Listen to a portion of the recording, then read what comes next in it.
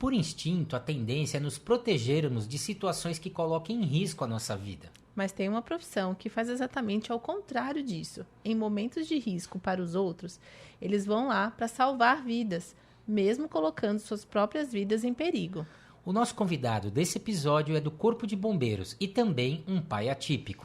Então fica com a gente para se emocionar com a história desse herói da vida real. O Moraizinho, no socorro à criança, voltou para buscar a mãe, e aí houve o deslizamento, e um novo deslizamento. Ele foi socorrido, mas não resistiu, e o Batalha foi soterrado, infelizmente. Desse tempo, ele foi o último a ser encontrado, e a gente fala que ele foi... eu costumo dizer que o herói é aquele que faz sem o que tem, né? O bombeiro é idealista. O bombeiro, ele se põe no lugar do outro, ele vai mesmo em meio às dificuldades, mas ele é um técnico de segurança e ele não é para colocar a vida, não é para morrer. Ele não está lá para morrer, a não ser que seja necessário. Ele não está lá para perder a vida. Pelo contrário, ele está lá para salvar as vidas. Aí começou as dificuldades, né? Ele tinha um fechamento precoce da fontanela, e isso poderia dar microcefalia, problemas no desenvolvimento do crescimento. Então, desde muito cedo, antes de 1 ano, meu filho fez vários exames e eu não estava preparado.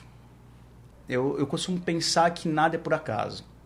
Na vida, nada é por acaso. As coisas acontecem por providência. E a gente pode entender que Deus te colocou a uma missão, ou você pode ser amargurado com as coisas que estão ao seu redor. Dificuldade todo mundo tem. Mas como você vai lidar com ela?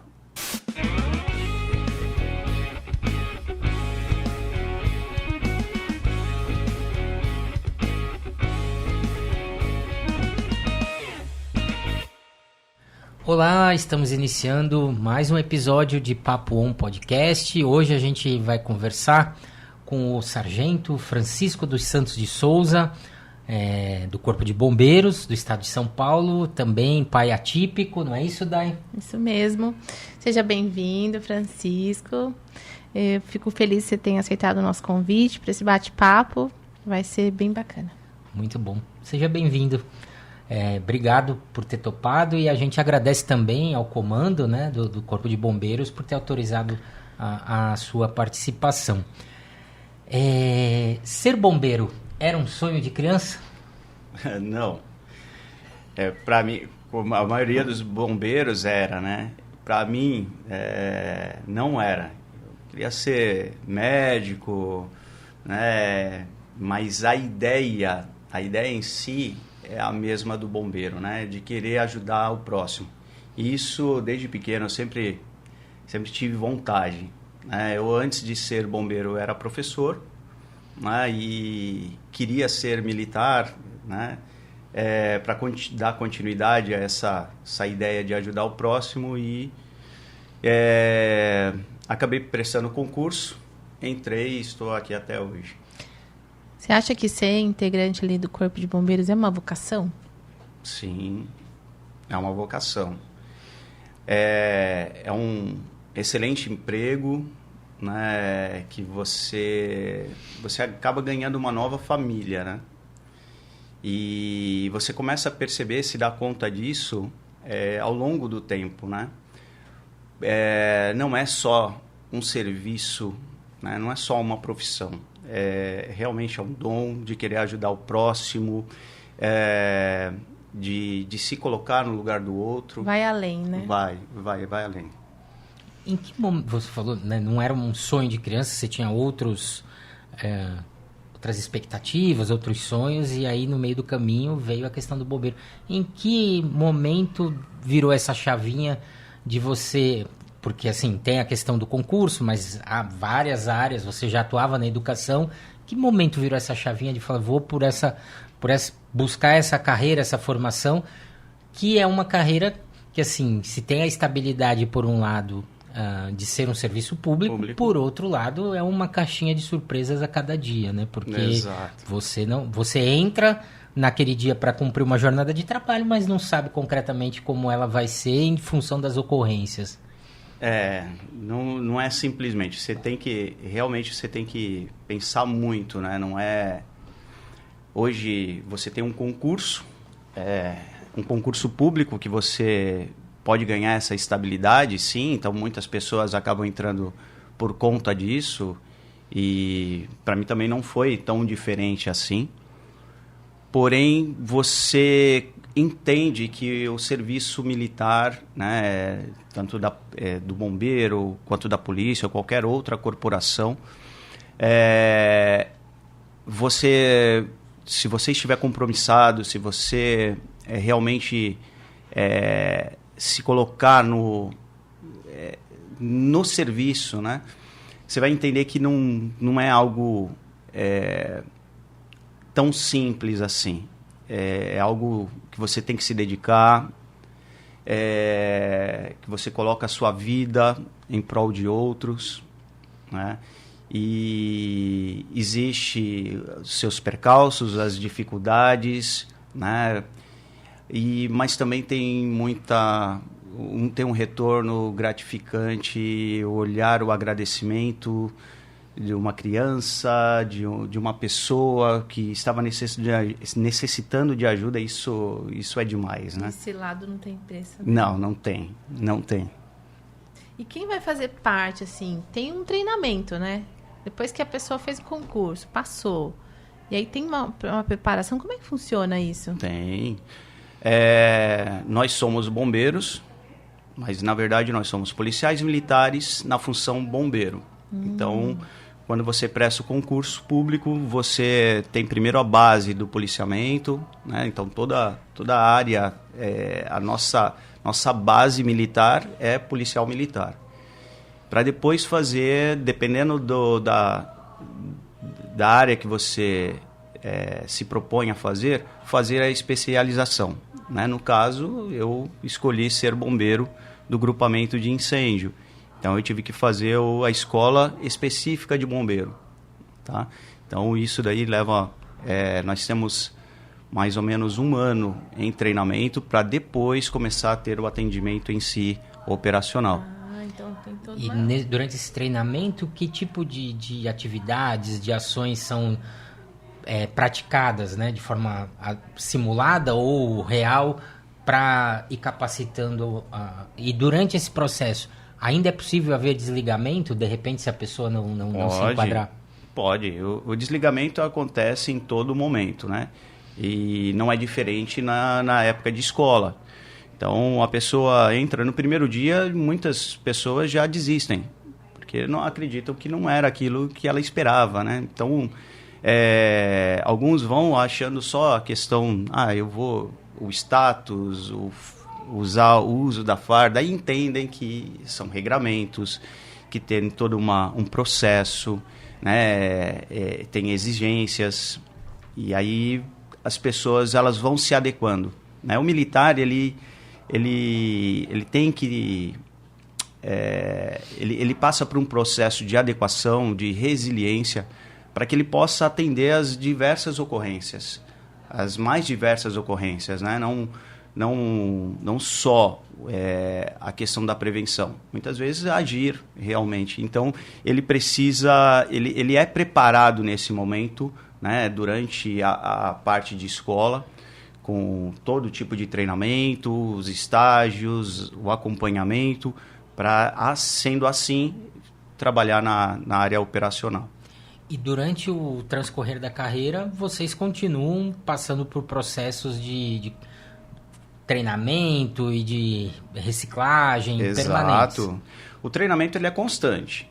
O treinamento acontece, um dia, se vocês quiserem ir no nosso posto, vocês vão ver que existe uma rotina diária, né? Os procedimentos são treinados constantemente, porque você não tem todo tipo de ocorrência toda hora. Então, você precisa se preparar para essas ocorrências diferentes quando acontecer, né? Então, A Baixada Santista, ela tem um leque de ocorrências diversas, né? Ela não é uma área específica para uma determinada ocorrência, não. Ela tem todo tipo. E todo momento o Estado, ele toda a corporação, ela se prepara para esse momento, né? O bombeiro, o policial militar, ele tem que estar preparado para qualquer tipo de situação. Então, o treinamento é esse. Constante, então. É um estudo constante. E a atualização, né? Então, você tem os cursos, né? E os aperfeiçoamentos, né? Os estudos de caso, olha, dessa forma não deu certo, então a gente vai aprimorar. Um dos casos vai ter casos que saem da regra ali, né? Do que exato, foi planejado. Só que existe uma base, né? Você não pode simplesmente achar, não, eu vou fazer desse jeito. E vai só na intuição, não é isso? Né? Então, todo treinamento é para você lidar com as mais diversas situações, né? Não são todas engessadas. A gente costuma falar, né? Você não está engessado, você tem que entender e se adequar a isso. As mesmas pessoas que atendem, no caso, o incêndio, eles também, eventualmente, vão atender resgates, ocorrências com acidentes automobilísticos e, no caso aqui da região, também de deslizamentos, alagamentos. É o mesmo time que tem que ter uma formação para cada ramo, vamos dizer assim. E essa mesma equipe, né? Essa mesma equipe de serviço, ela é treinada para todo tipo de ocorrência, né? Então, independe se estou aqui no Guarujá, ou em Santos, ou em Cubatão, onde quer que seja, o militar ele vai atender da mesma forma, né? Mas não tem uma pessoa específica, por exemplo, se for incêndio, vai tal, se for um afogamento, não sei, estou dando um exemplo, né? Vai outro bombeiro específico? Não, todos são treinados para fazer tudo. Não, existem os grupamentos específicos, né? O grupamento marítimo, ele trabalha na orla marítima, na hora de praias, né? Então, o salvamento aquático na faixa de praias, né? E o grupamento de incêndio, os GBs, né? Os grupamentos de bombeiros, eles atendem aí incêndio, resgate, salvamento aquático na área de rios, e lagos. A gente vê muito em filmes, né? O pessoal, quando retrata a questão da vivência do corpo de bombeiros, o pessoal está lá dentro do quartel, da sua base, todo mundo lá treinando, no dia a dia normal. De repente, toca o alarme. É assim? E que tempo de resposta que o pessoal tem que ter para essas ocorrências assim? Como é que funciona? Por isso é um treinamento, né? O treinamento é constante porque no momento que você é acionado para uma ocorrência, você não pode demorar. Você está num treinamento, você vai parar, você vai se preparar para a ocorrência, né? Então fardar ou colocar o EPI e sair de pronto para o atendimento, né? Então, dependendo do local, demora um pouco mais. Mas isso são outros fatores, né? Você coloca a questão do trânsito, época de temporada, principalmente aqui na Baixada. Conseguir acessar, né, o acesso ao local, né? Isso acaba dificultando. Mas a saída do posto, ela não é algo que é demorado. Tá? A saída para qualquer determinada ocorrência é de pronto. E o treinamento é meio como, fazendo um paralelo, como os mecânicos vão trocar pneu da Fórmula 1. Cada um tem uma função uma também, função tem uma um função. tempo de preparo para vocês treinam. Assim, por exemplo, chegou uma ocorrência de incêndio, tá todo mundo aqui de boa, a gente tem 2 minutos para vestido o EPIs e tá na rua. Dentro do vocês carro. vão fazendo... Os treinamentos, eles são para que você atenda bem a ocorrência. Então, qualquer aula, ela é gradativa. Você faz primeiro a instrução, você faz um treinamento, depois existem o treinamento simulado, aí você pega a questão do tempo, tudo isso para que você esteja realmente preparado para qualquer tipo de situação. Entendi. Porque aí tem essa... Exato. Porque a velocidade você tem que fazer com consciência, mas o tempo de resposta é importante Porque às vezes aqueles minutos ali vão fazer a diferença no desfecho final. Ser rápido não significa sair correndo. Ser rápido é você ter treinamento e estar confiante naquilo que você está fazendo. Caso contrário, você não tem treinamento, vamos dizer um leigo, né, tendo que fazer algo muito rápido. Ele vai se perder, porque ele não tem a sequência lógica do que tinha ali que na ser cabeça feito. dele já é um checklist, né? Eu tenho que fazer isso, Exato. isso, Agora, isso. o militar, ele se prepara para determinadas ocorrências. E mesmo ele, durante o trajeto nas viaturas, eles vão conversando qual procedimento vai ser adotado, mediante o que foi passado. Dependendo do que o solicitante passou, do que foi passado, não chega lá no local, não era nada daquilo, né? Mas ele já vai preparado para o pior. O bombeiro, o militar, ele já vai preparado para o pior. E durante o atendimento, em algumas situações, o responsável, né, que está recebendo a chamada, já vai dando algumas orientações prévias para que a pessoa tenha algumas condutas, dependendo da situação, para já até analisar melhor o quadro e a pessoa já ir tentando tomar algumas medidas que possam contribuir para um desfecho positivo? Bom, como eu falei, né, durante o trajeto dentro da viatura, a equipe vai conversando justamente para alinhar o que será feito, né, mediante o que foi passado, né? Então a comunicação entre a equipe é muito importante, né? A comunicação entre a equipe, a comunicação para solicitar apoios dependendo da situação, isso é essencial. Acontece de alguém ficar lá e orientando para quem pediu por telefone? Tem essa situação também, enquanto o restante está a caminho? Acontece. O telegrafista, né, o telefonista, né, ele também é um militar e também está preparado para atender emergências. Para ir orientando. Para ir orientando até a chegada, para dar uma certa tranquilidade ou evitar um agravamento daquele cenário, né? Ou, em alguns casos, ele mesmo atende a ocorrência no próprio posto. Né? Já aconteceu de uma criança chegar no quartel engasgada, um recém-nascido. Né?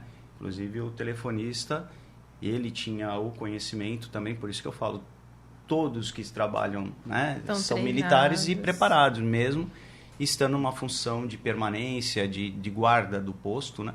Também é um militar e estava preparado para o atendimento e graças a Deus deu tudo certo. Eu tive uma história na minha família. A filha de uma prima minha, ela era bem bebezinha, ela engasgou. E aí eu acho que na hora do desespero ali, ela ligou pro bombeiro. E aí quem atendeu deu toda a orientação de como ela fazer para sugar, tal, a boquinha, o nariz. Ela acho que tinha 10 dias no máximo, a nenê. E aí deu tudo certo.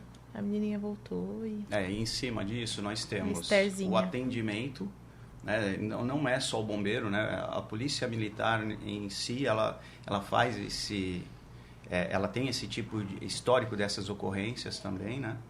Então, é essencial, a pessoa estar preparada, ela é treinada para isso, para saber atender um chamado, para poder orientar e manter a calma para acalmar quem está do outro lado, porque geralmente quem está do outro lado nunca fez esse tipo de procedimento. Então você tem que tentar acalmar a pessoa e orientar ali os passos que ela vai ter que dar, né? Mas nós, além dessa, que nós estamos falando agora do atendimento emergencial.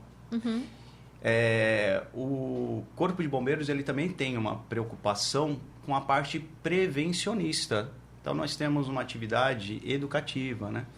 Em que você tem cursos que preparam, né, o leigo, né, o civil, para algumas situações. Então, você tem atividades preventivas, chama segura, que fala da parte de gás de cozinha, você tem a operação enchente. Então, durante o ano, dependendo do tipo de ocorrência, você tem atividades preventivas, né, de conscientização à população. Como que a população tem acesso a isso, Francisco? Através do site do Corpo de Bombeiros, tá? Só pesquisar Corpo de Bombeiros do Estado de São Paulo. E a pessoa pode participar Atividade disso. educativa, lá você tem algumas apresentações, né? E alguns cursos, inclusive, né? Que nem hoje fala-se muito da Lei Lucas, né? Para o profissional da área da educação, né? Mas e você tem outros tipos de treinamento que o civil possa fazer. Eu acho e que isso é muito importante. É muito importante, até para as escolas saberem disso e que, de repente, os seus profissionais podem buscar essa informação. Isso está acontecendo, tá? Então, no estado de São Paulo, muitas escolas já estão se adequando, escolas particulares e escolas públicas, na questão da Lei Lucas, né? E também a questão da brigada de incêndio, não só as escolas como as empresas, é algo que o Corpo de Bombeiros tem trabalhado massivamente para evitar, né, esse agravamento das ocorrências, né? Quanto mais pessoas tiverem conhecimento, menor. Sim, né, a gente vê vários casos, quando teve aquela situação do hotel que explodiu lá na cozinha, né? Aqui na cidade. E dentro das empresas também tem equipes, né? Exato. Eu não me recordo Brigadas. o nome. Isso. Para saber o que fazer numa emergência, né? E cada um tem a sua responsabilidade. O meu irmão trabalha nesse hotel e eu lembro dele chegar em casa e contar. Aconteceu tal, era próximo da sala dele. E ele falou, eu não simplesmente saí e fui embora. Ele voltou. E voltou já com uma função de tirar pessoas onde ele sabia que essas pessoas estavam, porque não conseguiam, né, sair. E aí ele falou, não, mas eu tinha toda uma orientação do que, como ele teria que fazer, de que forma agir, né, até onde ele pode ir ou não. Isso é muito importante, né, as pessoas estarem orientadas nesse sentido, porque além de prevenir, mas também numa emergência, saber o que fazer, não ficar todo mundo desesperado, né? Sim. E aí, o Corpo de Bombeiros, ele trabalha na questão de exigências de algumas atividades. Nós temos essa atividade preventiva, que é o bombeiro educador, né? E também tem da questão de projetos. A seção técnica, ela exige também para os locais privados, né, que tenha esse treinamento. E siga, né, também algumas regras. As medidas de segurança contra incêndio são muito importantes. Então, muitas das situações não são de conhecimento da população, mas a corporação ela já vem trabalhando já há um certo tempo na questão da prevenção, né, para evitar justamente essa temática, né, e esse número de ocorrências que, infelizmente, com todo o conhecimento que nós temos, ainda é grande. Por exemplo, uma escola, um estabelecimento de grande porte, ele pode recorrer ao Corpo de Bombeiros para fazer um simulado de prevenção de um sinistro, seja um incêndio, seja um desabamento, tempo de resposta, de evacuação do local, critérios para tirar as pessoas. É possível essa parceria? Esse tipo de treinamento ele é previsto, tá?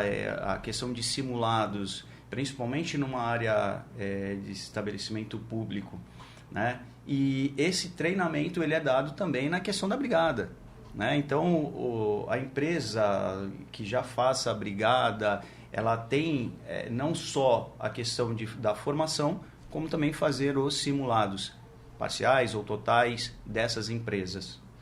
Teve uma ocorrência, alguns anos atrás, acho que foi no Rio de Janeiro, que um hospital pegou fogo, né? E como que isso, de alguma forma, foi um caso meio inusitado, né? Nas proporções que aquilo aconteceu. De alguma forma isso impactou, gerou novos modelos de treinamento no Corpo de Bombeiros de forma geral, mesmo tendo sido em outro estado? Virou um caso de avaliação? Né? Então, na questão do Corpo de Bombeiros, nós temos treinamentos constantes, como já foi dito. E um deles é justamente essa questão de você ter um número maior de vítimas do que o número do que o efetivo para o trabalho. Sim. Né? Então, isso daí já acontece. O treinamento no Corpo de Bombeiros já acontece. E nós não estamos livres dessas fatalidades. Então, elas acontecem também, como aconteceu no Rio de Janeiro, né, infelizmente. E cabe cada empresa, cada local, fazer o seu treinamento para evitar chegar nesse ponto. Tá? Então, provavelmente, esse hospital, logo após, deve ter feito uma readequação do seu sistema de segurança contra incêndio e a evacuação, e outros locais de áreas de saúde também fizeram, né? Então, nós temos relato aqui na Baixada, aí eu não posso especificar para você, mas eu sei que alguns locais na área de saúde fizeram treinamentos e constantemente fazem também treinamentos simulados para evitar chegar nesse ponto. Porque tem uma peculiaridade, né? Num hospital, uma grande parte das pessoas está com acamada, ou num quadro mais grave ou menos grave, então a mobilidade é outra. Né? Sim, então, sim. Não é assim, ó, todo mundo desce pela escada aqui e tal, não. Vai precisar de um suporte, alguns não vão nem conseguir não sair, a não ser que seja numa maca, né? Numa a maca ela é preparada para esse Exato. tipo de transporte, né? Para essa transferência de salas, né? Então a adequação é justamente nas dependências, as saídas, os locais, não é só o elevador. Ou o elevador seja preparado para esse tipo de situação. Isso é uma outra questão, né? Porque na maioria dos prédios, que óbvio que são comerciais, né? Prédios residenciais, os elevadores são comuns e inclusive você tem placas lá, em caso de incêndio, não entre no elevador, né? E num caso de hospital, você tem que ter um outro tipo de equipamento que ele possa ser utilizado num momento como esse, dependendo da né? situação, até o próprio elevador preparado para esse tipo de situação de incêndio. Tá? Então, as adequações do sistema de segurança contra incêndio depende também do tipo de ocupação que você tem. Tá? Porque é interessante, né? Antigamente, a maioria de nós, leigos, acha que o elevador nunca vai poder ser utilizado, mas há alguns que são preparados justamente para ser uma célula de sobrevivência e permitir, por exemplo, que a pessoa desça de um andar mais elevado, ou num caso de alguém que está acamado, impossibilitado, ele ter que ser utilizado mesmo, né? Então, como que você tem ideia de como que são esses elevadores, assim, em termos de estrutura? Porque deve ser um outro preparo para aguentar a temperatura, incêndio, mas né? aí eu já não... Deve ser alguma coisa muito bem bem específica, né? Interessante, assim, de você saber que a pessoa pode entrar ali e até a estrutura de descida dele preparada de uma outra forma, né? Para aguentar o calor, os cabos não se derreterem, ele não virar um forno, né? Bem interessante isso.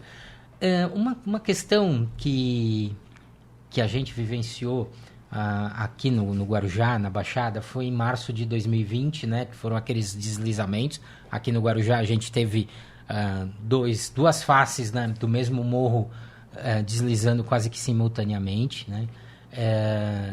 Santos passou por situação similar, São Vicente passou por situação similar, tudo ao mesmo tempo. Numa ocorrência como essa, que a equipe chega, é uma área que está devastada, com muitas ações a serem desenvolvidas simultaneamente, quais são os primeiros passos que a equipe tem que dar para um mapeamento daquela área para começar a agir? Essa situação, né, e nós vivenciamos aqui na Baixada foi bem difícil, especificamente para mim, porque foram 2 irmãos de farda que estavam nessa ocorrência, né? E infelizmente houve a fatalidade. A comunicação é muito importante. Então, chegando no local, né, primeiro com as informações colhidas, né, que nesse momento de uma ocorrência e que são em vários pontos, você tem várias situações acontecendo ao mesmo tempo, e isso é bastante difícil, e aí a estratégia de mandar para os locais todas as equipes para aquele tipo de ocorrência. Então, o telegrafista que recebe esse tipo de ocorrência, ele vai ter que saber montar estratégias para mandar para cada situação, já que são várias ocorrências acontecendo ao mesmo tempo, e assim foi, né? No Guarujá, em duas situações de morro, tivemos em Santos, né? Incêndio também aconteceu ao mesmo tempo, e São Vicente, ou seja, ele tinha que poder destrinchar, né? Ou mandar para todos esses locais. Isso tudo uma aconteceu guarnição. de madrugada? Tudo aconteceu É que a maioria na só madrugada. ficou sabendo, assim, eu pelo menos só fiquei sabendo no dia seguinte, entendeu o que estava acontecendo, a grandiosidade dessa ocorrência, né?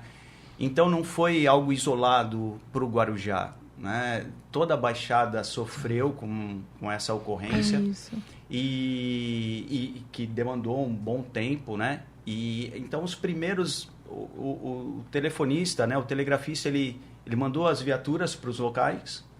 Chegando no local, né? Agora vem a comunicação da guarnição em si na questão de apoio e ao mesmo tempo que isso tudo ia acontecendo, né?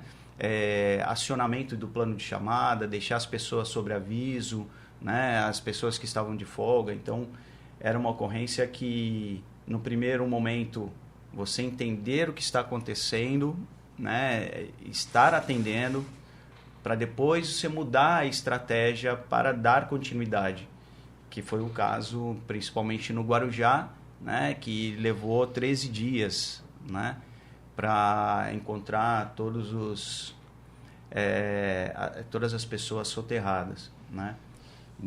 Nesses 13 dias aí a estratégia muda, aí você traz o apoio de outras viaturas do estado, né? E então envolveram outros bombeiros, né? E foi esse tempo todo, né? Então a estratégia muda. E cansativo também, e cansativo. Cansativo físico e psicológico, né? Então, pensando que você tem pessoas, tem vítimas lá que você precisa retirar, você precisa tirar as pessoas ao redor, familiares, né? Para que você possa trabalhar. Então, tem todo um trabalho e, na época, teve também um trabalho por conta de termos os 2 militares envolvidos, né? Os meus irmãos. Como foi para você isso, hein, Francisco? Difícil. Foi bastante difícil. Que ali foram 2 versões, né? Do teu trabalho e você como pessoa, porque eram seus amigos, né? E além só do que amigos de trabalho, né? Então, nós começamos juntos, né? O Sargento Moraes e o Sargento Batalha, né? Na época cabo. Nós fizemos escola juntos. O Moraes chegou a ser meu aluno em escola. Antes de ser militar, eu era professor. Coincidentemente, ele foi meu aluno. Eram pessoas muito comprometidas com a corporação, muito comprometidas com o bem do próximo, né? Pessoas totalmente diferentes. Um era mais fechado, mais sério. O outro era um pouco mais carismático, né? Mas os dois com exemplos de militares, exemplos de pessoas que ficaram e deixaram o legado para quem está entrando hoje, né? E eu estava em Cubatão na época. Meu comandante, o capitão, ele determinou que eu ficasse lá para dar assistência, né? E com a operação, com plano de chamada, eu fui na madrugada, fiquei dando assistência para a família, tudo. E daí em diante eu voltei para o Guarujá, né? Que eu já estava em processo de voltar, né? E voltei para o Guarujá e fiquei para comandar justamente a prontidão que foi a mais devastada, né? Que é da situação. Foi difícil, mas com toda a dificuldade a gente pode tirar proveito da situação, né?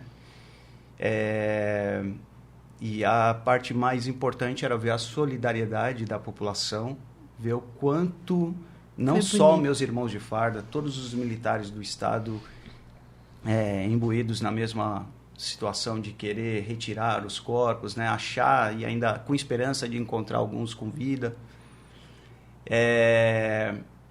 E aí nós tivemos assistência psicológica na época, mas infelizmente veio a pandemia. Aí, para agravar a situação, nós tivemos que dar uma pausa nesse tratamento que a corporação estava nos propiciando junto com a Guarda Municipal, né? Então, veio psicólogos militares e também da Guarda no nosso posto para nos ajudar, enquanto nós ainda tínhamos que atender as ocorrências.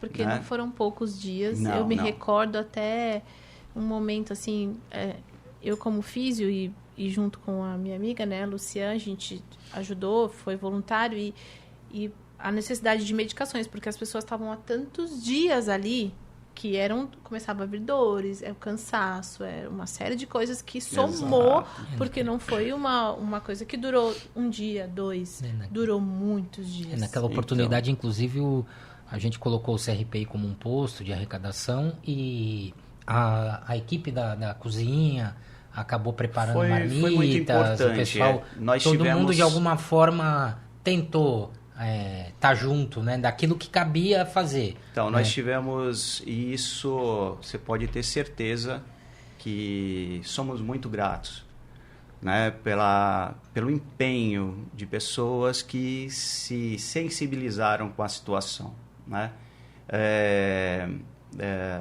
Nós tivemos pontos, né, de arrecadação e que ajudavam tanto no quartel quanto em outros lugares, né?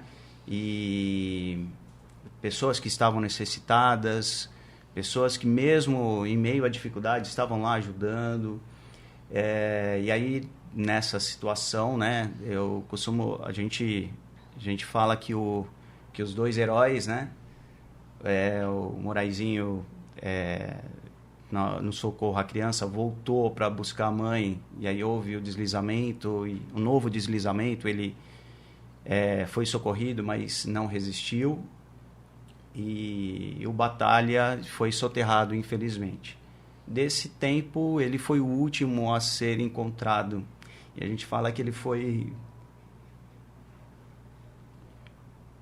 Foram momentos difíceis, né? A gente conversando antes, eu estava lembrando, eu acompanhei o irmão, né? Porque a esposa dele é minha amiga, trabalha comigo.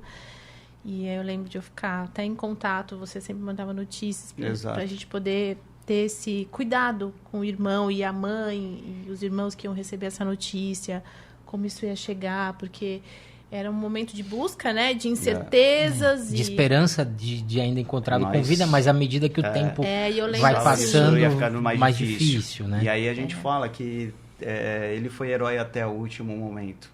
Ele só apareceu depois que o último corpo foi encontrado. Então, esse histórico, esse legado que os dois deixaram, nós fizemos homenagens no posto. Tem um artesão aqui do Guarujá que fez uma estátua em homenagem aos dois, né, da ocorrência, o símbolo, o socorro à criança. Tem um memorial no quartel que está à disposição. Quem quiser visitar o quartel vai ver, né, o que nós fizemos em homenagem aos nossos irmãos e a todos os militares que já passaram no posto do Guarujá. Então, essa história, né, essa vivência não é uma exclusividade dos dois, mas infelizmente é uma história que que marca o Guarujá como os dois militares que morreram em ocorrência, né, tombaram no cumprimento do seu dever, né? E esse é o cerne, esse é a ideia do militar, né? Ele se põe em risco, né, mesmo em meio a toda a segurança que ele faz, para ajudar o próximo. Né? Isso, como você fala, não tem preço. Não tem preço. Eu acho que foi uma postura que, naquele momento, foi contaminando todo mundo. Porque, igual a gente já até conversou sobre esse assunto aqui antes. E eu, no primeiro momento, eu soube, na verdade, o que estava acontecendo através de um primo, que é da Guarda Municipal. E ele ligou e falou assim, a gente precisa comprar coisas para doar, as pessoas estão precisando. Se você tiver coisas ou quiser ajudar com dinheiro, a gente vai comprar, tal. E aí eu mandei, assim, aí depois eu pensei, falei, o que eu vou ficar fazendo na minha casa, né? Eu vou também. E aí foi que eu juntei com uma amiga, falei, a gente tem colchão, vamos levar isso, tudo. E aí quando você chega lá, você tem a quantidade de pessoas que estão alinhadas com o pensamento de vocês. Que é ajudar, Exato. é se unir. E aí você vê a Polícia Militar, Guarda Municipal, moradores, profissionais da saúde, voluntários de todos os tipos para fazer comida, para tudo. Aí, Reginaldo, voltando à sua pergunta, né? Como é que funciona a questão de ir atender uma ocorrência? Muda os momentos, né? O primeiro momento é o chegar na ocorrência, entender o que está acontecendo. Depois, envolver outras unidades de apoio para poder atender. E aí, nesse caso, né, aí você tem tantas pessoas querendo ajudar que a gente também tem problema com isso. Era um ponto que eu ia tocar, porque tem que ter uma organização, porque o espontaneísmo pode gerar novos... porque nem todo mundo chega e pergunta, olha, eu estou aqui, estou disponível no que eu posso ser útil. Às vezes a pessoa já chega atuando, né? Mas e não vezes, entende na o ânsia contexto. E aí você de não colaborar, deixa, acaba... tem zonas de segurança, Sim. né? Então, a zona principal, né, de atendimento só ficava a equipe do bombeiro, né? E o profissional que estava com a escavadeira para retirar a terra. O restante ficava fora, né? E iam até um certo ponto. Então, aí você tinha civis, militares... em cada ponto estratégico para poder ajudar. E essas pessoas, né, que se voluntariaram, né, eram dadas outras missões para que você não perdesse a questão da segurança no atendimento dessa ocorrência. Porque, que nem você falou, tem a questão da escavadeira, mas esses equipamentos de maior porte, eles normalmente entram um pouquinho num outro momento. Porque o primeiro trabalho é manual. Era manual. Era você ir tirando as coisas, até por uma prevenção de que um equipamento daquele pode ferir alguém que está com vida ali embaixo. Então você vai tirando na mão e tentando encontrar. É importante quem mora... Falar, aqui tinha uma casa, a pessoa aqui não apareceu, talvez esteja aqui, e aí você vai buscando. Exatamente, Reginaldo. Nós tínhamos o contato com os moradores para nos auxiliar na questão de como que era a geografia, né, como que estavam as casas dispostas. Nós tínhamos a Defesa Civil, então é todo um trabalho em conjunto, né, então o Corpo de Bombeiros e a Defesa Civil, né, justamente monitorando para evitar... novas ocorrências, enfim, não é algo tão rápido quanto as pessoas querem. É claro que a gente queria encontrar o mais rápido possível cada pessoa. É uma resposta rápida dentro do que é possível. Exatamente. Até para não colocar mais gente. O risco já está existente ali. Se você não agir com o possível de planejamento, inteligência naquela situação, você começa a agravar e gerar novas vítimas, né? Exato. Então é importante ter todo um cuidado, né, para isso. Numa situação como essa, como leigo, né? Vamos supor, há um desabamento de um prédio por alguma situação e uma ocorrência dessa de deslizamento. Um desabamento, é possível ter uma chance maior de sobrevivência do que no deslizamento? Porque na minha visão, aquela massa mole, ela vai entrando em todos os espaços. E, de repente, um desabamento, você tem algum vão de então, ar e de proteção. A questão desse tipo de ocorrência, né? Desmoronamento e desabamento, todas você tem que pensar, né, na possibilidade de ter pessoas com vida, tá? Mas a chance realmente ela é maior quando é desabamento por conta dos espaços criados pela estrutura da edificação. Né? Então, você pode ter vãos, né, das colunas, né, em que a pessoa pode estar ali protegida. Né? E, então, a chance de você encontrar a pessoa após algum tempo com vida, ela é maior do que num desmoronamento, num deslizamento de terra. né? Porque aí o espaço de ar, ele fica comprometido num deslizamento de terra, enquanto que desabamento você pode ter essa possibilidade.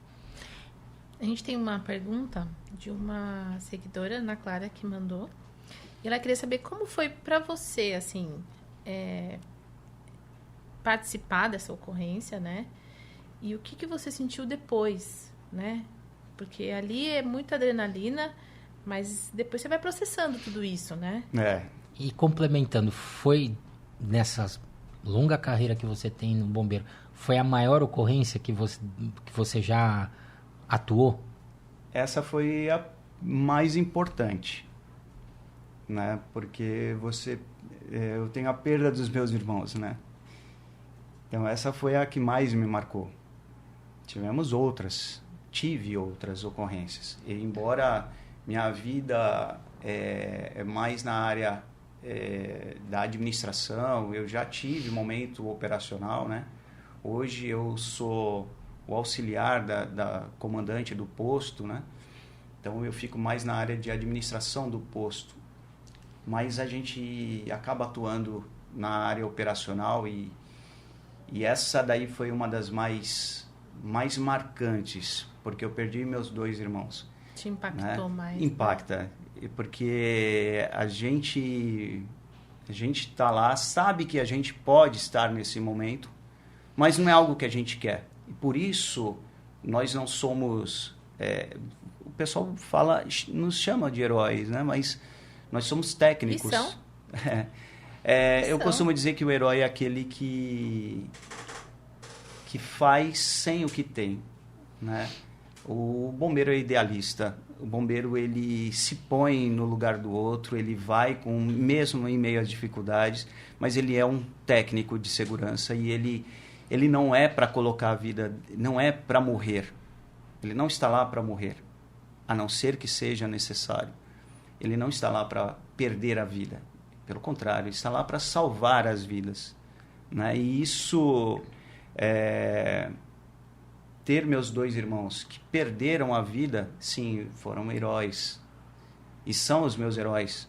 Assim como os outros bombeiros que trabalham comigo, né? E a gente faz de tudo para que eles tenham do melhor. Para que eles possam ter o melhor e sair atendendo a ocorrência da melhor forma. Então, respondendo a Ana Clara, até hoje impacta, né? A gente... eu não tinha o momento de respirar e pensar e processar sobre a ocorrência. Eu precisava ajudar os meus irmãos de farda que estavam atendendo a ocorrência. E aí passou 1 ano depois, foi o luto. 1 ano depois, aí começar a pensar na perda deles. Que veio o teu momento, né? Aí era o meu momento. Porque aí vem a marca, né? 1 ano depois se celebra, vamos dizer, se lembra, né, o que aconteceu. E aí... de alguma forma, tudo volta, né? E acho que a cada início de março tem um processamento assim, então, né? Para mim, sempre, estar no quartel, a gente sempre lembra, né? Não é só no ano de no mês de aniversário de cada um deles, né? Que nem o Batalha 25 de agosto, Dia do Soldado, né? O Moraes é 29 de junho, né? Mas eles também tiveram o dia 2 de março. Né? E são datas que a gente não vai esquecer jamais, mas todos os dias. Quando eu vejo meu irmão de farda trabalhando, indo para uma ocorrência, eu sinto, né? E a gente se preocupa mas a gente tem que ir. E eles têm que ir. E eles vão e eles fazem o seu melhor. Isso é muito, muito importante, né? Passou o tempo de luto, mas o legado, a história e o aprendizado, a lembrança, isso é algo que eu vou levar para o resto da minha vida. As boas memórias e tudo de bom que seja, vai ficar em você. Exato. Querendo ou não, eles vão permanecer em vocês. Amém. Porque é isso, né? A pessoa realmente deixou uma marca e foi lá para cumprir a sua missão e, lamentavelmente... E eu acho que não é nem só de quem tá ali, Sim. no bombeiro que trabalhou junto, mas eu acho que na comunidade, em todo mundo aqui. Eles se tornaram pessoas próximas até de pessoas que não o conheceram, né? Eu acho que a população toda do Guarujá sentiu e vivenciou isso. Isso vai ao encontro, né, que a gente tinha até levantado aqui. A instituição do Corpo de Bombeiros é a mais respeitada pela sociedade brasileira, né? Todas as pesquisas apontam, né? É um símbolo, né, de confiança, de exemplo. Acho que essa questão da seriedade no trabalho, do compromisso, do se colocar como à frente, né? Porque, invariavelmente, por uma questão de instinto, a gente tem a preservação da nossa vida como uma missão de pronto, né? Para que você possa cumprir. E aí você, na verdade, está invertendo essa lógica quando você vai para uma atuação em que você coloca... Óbvio, você tem que preservar a tua vida para ajudar o outro. Mas, em algum momento, você sabe que aquilo pode não se concretizar e que você vai ter que pagar com a sua própria vida para preservar outras, né? Coisas que vocês, às vezes, não controlam, né? Que pode acontecer. Como foi? O imponderável, né? Eles estavam ali agindo, só que estavam diante de um ambiente não controlado e que, por mais técnica que tenha, alguma coisa pode sair do padrão, né? A gente tem... nós aqui no Guarujá, o Corpo de Bombeiros completou esse ano 51 anos. Né? Então, a corporação ela tem uma história, né, aqui na cidade e a gente vem constantemente melhorando. A particularidade da Baixada de ter todo tipo de ocorrência propicia esse tipo de treinamento ser algo que está muito visível, né? O pessoal é capacitado, sim, ele é preparado, né? Todo o Corpo de Bombeiros do Estado ele é preparado e aqui a gente acaba colocando em prática muitas vezes, infelizmente, né? Porque nós temos diversas ocorrências mesmo trabalhando com a área preventiva, né? Isso é algo que acontece aqui na nossa cidade. A gente está chegando, né, ao fim desse primeiro bloco. A gente vai fazer um breve intervalo e daqui a pouco a gente volta com mais esse bate-papo importante, técnico, mas acima de tudo emocionante do nosso amigo Francisco, que é um lutador aí do Corpo de Bombeiros aqui do estado de São Paulo. A gente já volta. Você já segue o Papo On nas outras redes sociais? Lá, a conversa continua e você pode interagir ainda mais com a gente. Segue a gente no Instagram e no Facebook para ficar por dentro de todas as novidades. Mas antes de ir, deixa seu like e se inscreve no canal. Estamos voltando com o segundo bloco do Papo On Podcast, hoje entrevistando o Sargento Francisco. A gente ressalta que esse podcast é uma iniciativa do CRPI, em parceria com a Vitrine Marketing Digital, e você, na descrição do vídeo, encontra formas de colaborar com o trabalho do CRPI, que é uma organização não governamental que atende crianças e adolescentes com deficiência há 61 anos no município de Guarujá. Francisco, no intervalo a gente estava trocando uma ideia aqui sobre a sua participação num incêndio lá no bairro da Lemoa, em Santos, né? Que demorou dias para ser controlado, né, de forma segura. Como é que foi esse momento, uma ocorrência de grande porte que ganhou vulto nacional também pelas características e pelo risco de que isso se amplificasse, né, dada a característica das cargas que estavam em volta do tanque incendiado? É interessante, essa ocorrência dos 9 dias, né? Ela fica na história do Brasil. É uma ocorrência que durou, pelo tipo de ocorrência, ela durou 9 dias, então foi um tempo longo, né? Desses 9, eu fui 3 serviços para o local. Foram envolvidos 131 bombeiros. Olha.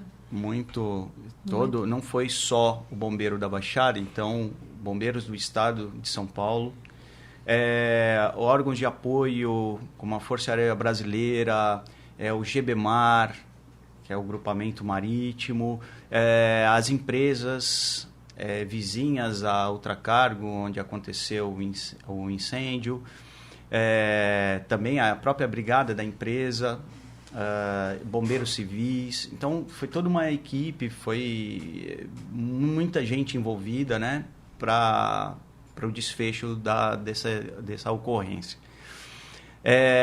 Dessa área, mais ou menos 2 ou 3 tanques pegaram fogo, e se o serviço não fosse eficiente, ele poderia se alastrar, atingindo uma área de aproximadamente 92 piscinas olímpicas ou 11 estádios de futebol. Nossa. Então, olha, fora que todos ali estavam sujeitos a um risco maior, né? Além do incêndio, a questão dos gases, da combustão, né? É uma situação que poderia piorar o estado de saúde de cada pessoa envolvida, e graças a Deus foi resolvido também pelas equipes lá, neutralizando os agentes, evitando que houvesse um mal maior. E isso mexeu bastante com a cidade, né? Mexeu bastante com a cidade, e também a questão de adequação e adaptação das empresas, porque a economia parou naquele momento, né? A economia do grande porto, né, de Santos, parou naquele momento. E, graças a Deus, né, você vê todo mundo envolvido, os comandantes atentaram para a preocupação de evitar que se alastrasse, né? E foi contido, né? Tivemos êxito nessa ocorrência, e eu faço parte. Uma ocorrência do tamanho desse, com as características dela, né? Ela, como num acidente aéreo, ela deixa aprendizados para se mudar determinadas coisas, evitando que isso aconteça novamente? Sim. Nós trabalhamos com a temática de evitar chegar a esse ponto. Todo o serviço da Polícia Militar e do Corpo de Bombeiros é um serviço preventivo. É um serviço de trabalho para evitar chegar a esse ponto. Mas algumas fatalidades acontecem e a gente precisa trabalhar com essa situação, né? E, então, a questão de distribuição, o plano de emergência das empresas que são cobrados, né? Acessibilidade, né? Rotas de fuga, tudo isso é pensado antes e após também. Uma dúvida de leigo. Por exemplo, no caso que eu citei como exemplo os acidentes aéreos, tem um órgão da Força Aérea, né? O CENIPA, sim, que ele vai, estuda com os peritos para identificar a causa, e aí a indústria de aviões ela vai se moldando e se adequando, aprimorando para evitar novos acidentes, às vezes por falhas e tal.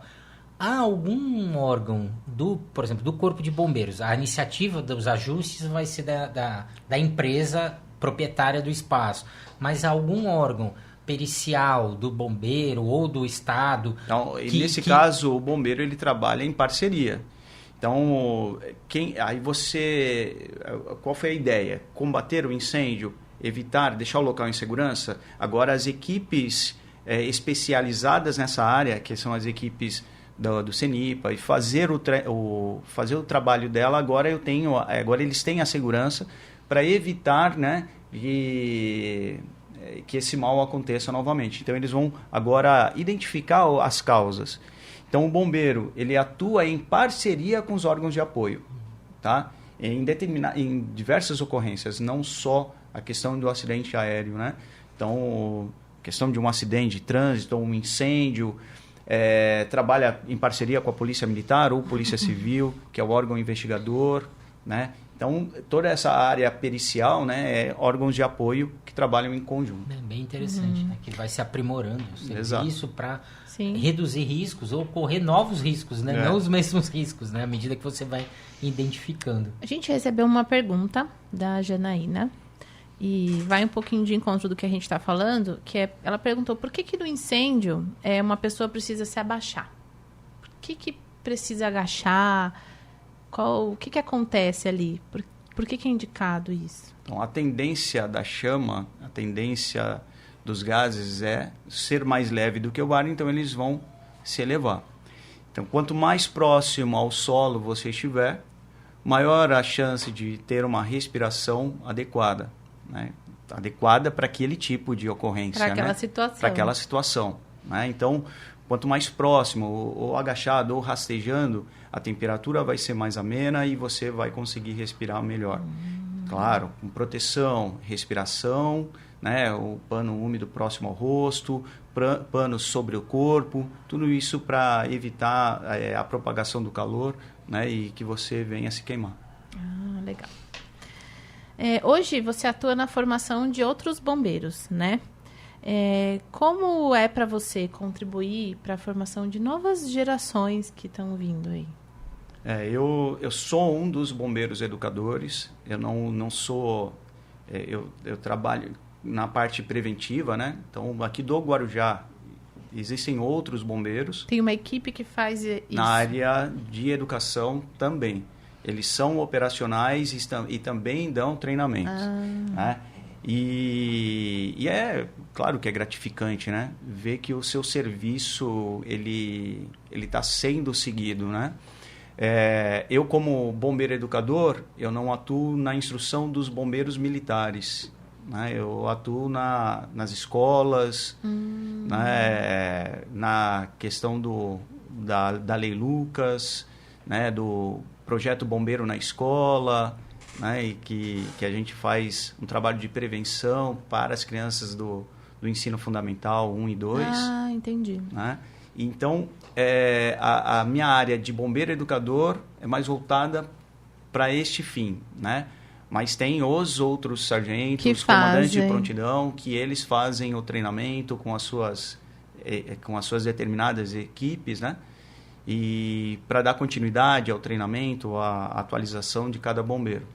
Que bacana. Nessas qualificações, né, do bombeiro educador nas escolas, você ouve das crianças, dos adolescentes de forma geral, assim, de algum deles, o desejo de eventualmente seguir a carreira? Já aconteceu de você ter tatuado nessa formação, né?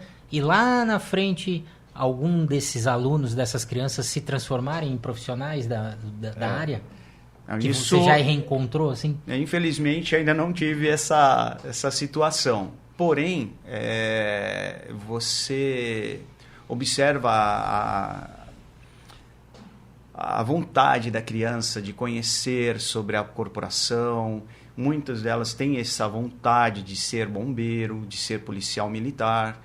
Então, a nossa presença nas unidades escolares vem a facilitar que esse desejo seja concretizado. Colocar a roupa do bombeiro. Colocar a roupa do bombeiro. Toda criança brincar com o caminhãozinho do bombeiro. Né, Daiane? Ela colocou a capa de incêndio, né? Se vestiu de bombeiro. Todo mundo quer ter essa sensação, né? É bem interessante. Isso vai despertando realmente nas crianças, né?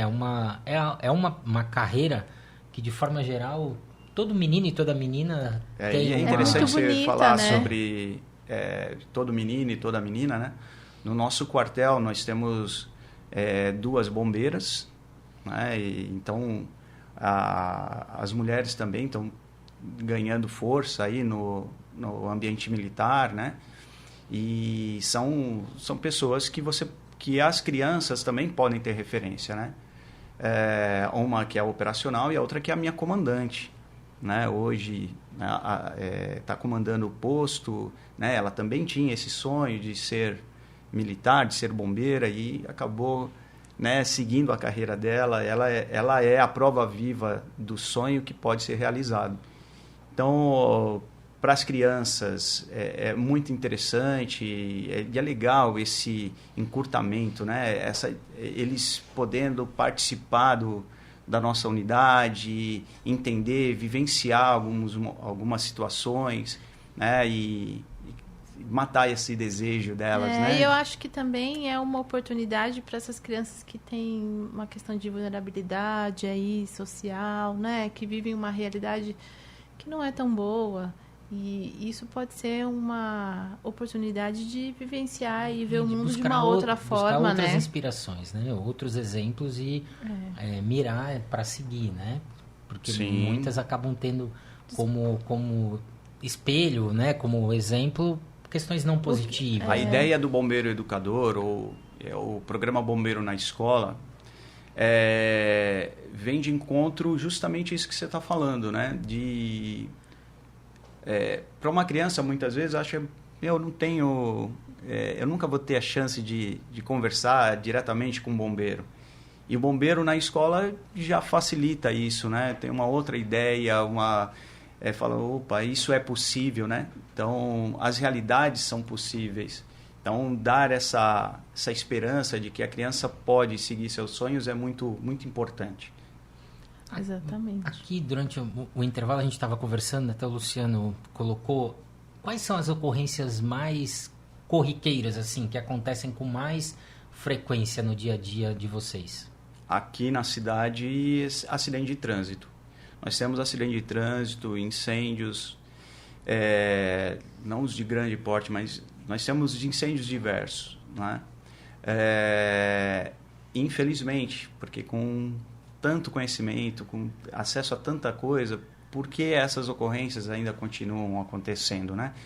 Então, o trabalho de prevenção, ele é muito massificado, né, na comunidade aqui, para evitar, mesmo assim, né, nós ainda não conseguimos diminuir tanto esse tipo de ocorrência. Acontecem, e a gente tem um apoio aqui na cidade do Serviço de Atendimento Móvel de Urgência, que é o SAMU, né? Então, nós trabalhamos, como sempre falo para vocês, a gente trabalha em parceria, né? Então, não só o órgão do Corpo de Bombeiros, mas a parte da área de saúde também trabalha em conjunto e atende muito bem aqui a nossa cidade. Eu mesmo já pedi socorro para pacientes do bombeiro já, umas vezes, quando precisei de suporte. E em situações limites, né, a pessoa às vezes ficou presa nas ferragens, né? E aí as duas equipes atuam juntas ali, né? Porque um lado é a preservação da vida daquela pessoa e a outra é você criar condições de um resgate, de removê-la, né? Como é que essa sintonia... E em alguns momentos, né, que de repente é necessário uma medida mais extrema para, sei lá, de repente uma amputação de um membro para que a pessoa possa ser removida porque não há condições de se serrar as estruturas e você tem que optar por isso. É uma decisão pesada, né, de extrema, né? É uma decisão complicada, né? Então, aqui na cidade, né, nós trabalhamos em conjunto.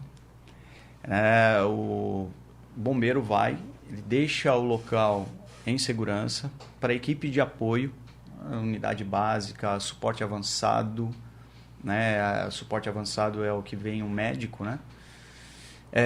Possa atuar e fazer o atendimento à vítima, né? Sem colocar nenhuma das equipes em risco, tá? Então, isso sempre... O trabalho, ele é feito em parceria. Além dessas preparações que vocês fazem sempre, física, técnica, né? Vocês fazem um treinamento ou recebem um suporte da parte psicológica? Temos trabalho psicológico, sim. A Polícia Militar, ela trabalha com essa disponibilidade. Não é só para o Corpo de Bombeiros. Então, não é que ele venha no posto, né? Dependendo da situação, uma assistência psicológica, o militar ele pode fazer uso, sim. A polícia militar tem isso é tem tão essa... importante, né? Eu falo até por mim, assim, como uma profissional da saúde, a nossa formação, a gente tem todo um preparo para salvar vidas, né? E esse eu acho que é o nosso objetivo principal. Mas tem coisas que a gente não controla e as coisas podem tomar um outro rumo. E aí vem as perdas, né? Dos pacientes ou das pessoas que vocês estão ali. E eu acho que é importante ter esse olhar de que a família que está perdendo vai sofrer, mas o profissional que estava ali também vai. Sim. Aquilo também vai ficar marcadinho na vida daquela pessoa de alguma forma. E às vezes as pessoas esquecem de quem está ali como profissional. Pensa que só a família vai sofrer, mas não vai. O profissional também vai. A gente costuma bater, enaltecer muito a importância de cuidar de quem cuida, né? Para poder manter a saúde mental e você sair preparado. É importante e num ponto de equilíbrio que você nem vire um robô, né, automatizado e nem e não, ao mesmo tempo não perca, se preserve, mas não perca a humanidade, né, no atendimento. Perfeito. Né? Porque acho que é esse ponto que tem que ser buscado. O nosso né? serviço, talvez por conta disso, Reginaldo, que nós temos essa porcentagem de aceitação da população, né? Quando o bombeiro vai atender uma ocorrência, a pessoa que está lá, ela está precisando de ajuda, né? O bombeiro vai para dar aquele suporte. E então ele é humanizado, ele não é só um profissional que está fazendo o serviço. Um executor de tarefas. Não, ele também dá aquela atenção, ele também ele trabalha, mesmo não sendo psicólogo, né? Mas ele trabalha a questão psicológica, né? E justamente para dar esse suporte para quem está precisando, né? Uhum. Muitas vezes a ideia nem precisava da ocorrência do bombeiro. Talvez só uma conversa já ajudaria. E você ganha a ocorrência. Eu costumo pensar que de um atendimento de primeiros socorros, 80% é a conversa e os outros 20% é fazer o procedimento corretamente. Então, quando você ganha a atenção da vítima, você tira a questão do pânico, tudo vai ficar mais fácil. Vai ficar mais fácil de você fazer o que você precisa fazer. Né? Você usa de alguma estratégia quando você tem alguma situação que você perdeu a pessoa ali, né? Você não conseguiu concluir como você queria aquela ocorrência. Você tem alguma estratégia sua que você usa assim para você lidar com esse processo? Interessante, eu nunca parei para pensar dessa forma. Acho que é difícil esse momento, né? A gente se prepara sempre para a vida. A morte é a única certeza que a gente tem.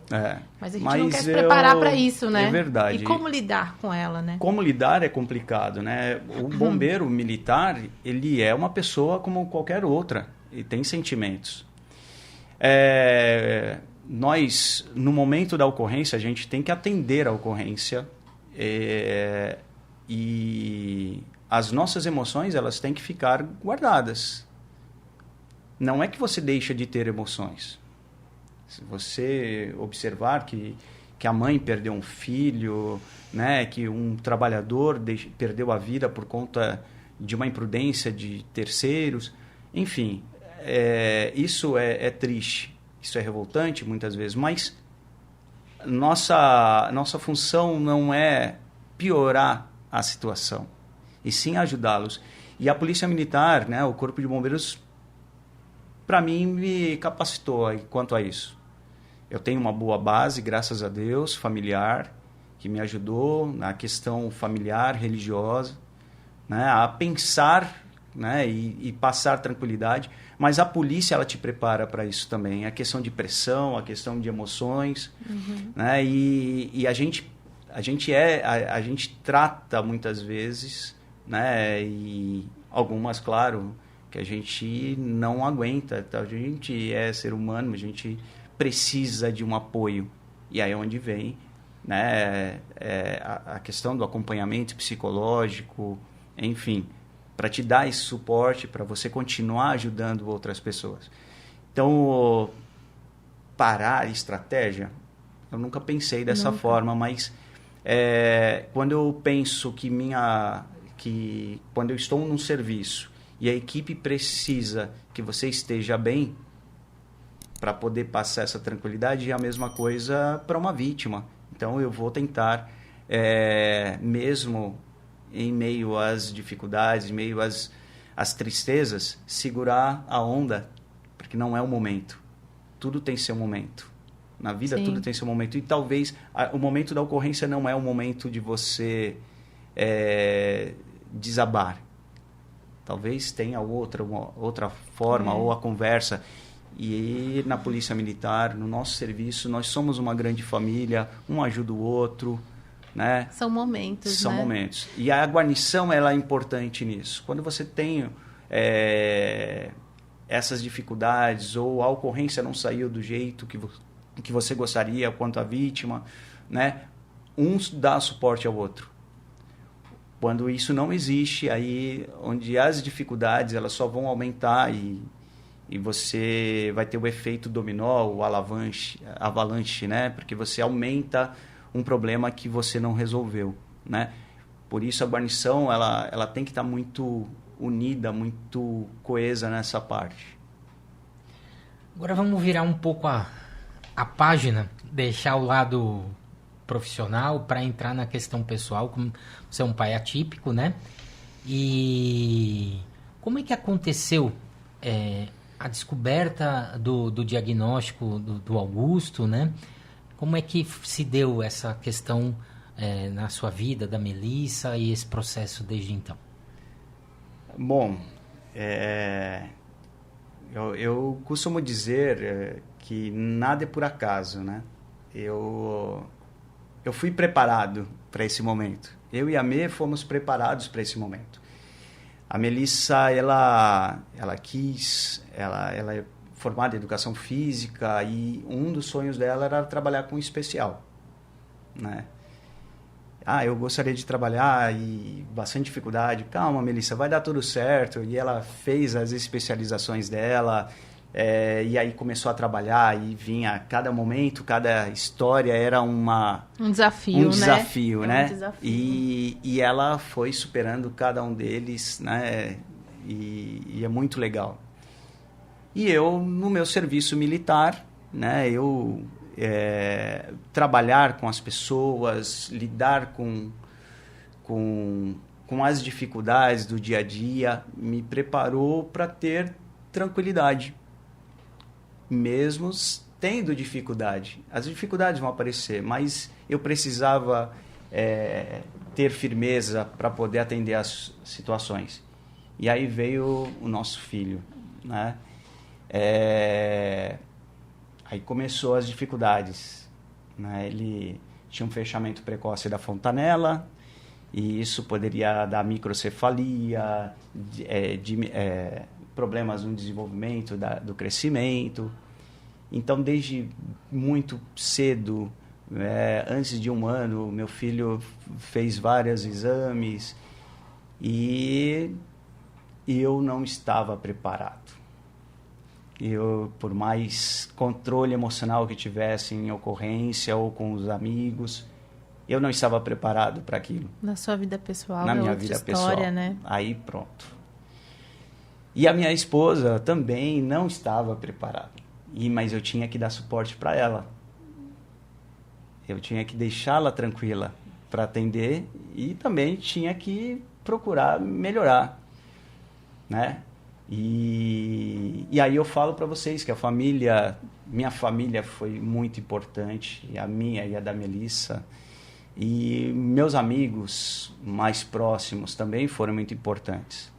Eu tive o apoio do meu comando, né, quando eu precisei. Tão importante isso, né? É a tua segunda família. Minha segunda família. Então, eu não tenho o que reclamar do meu serviço, da minha profissão, porque eles não são só uma profissão, são irmãos. E aí, quando eu precisei, aí você começa a perceber que você não é o único nessa história, né? Você tem outros pais militares atípicos também, né? Que também tem o apoio da corporação, tem o apoio dos amigos próximos que... deixam de ser amigos para ser chamados de realmente irmãos, né? E isso é muito legal. Bonito isso.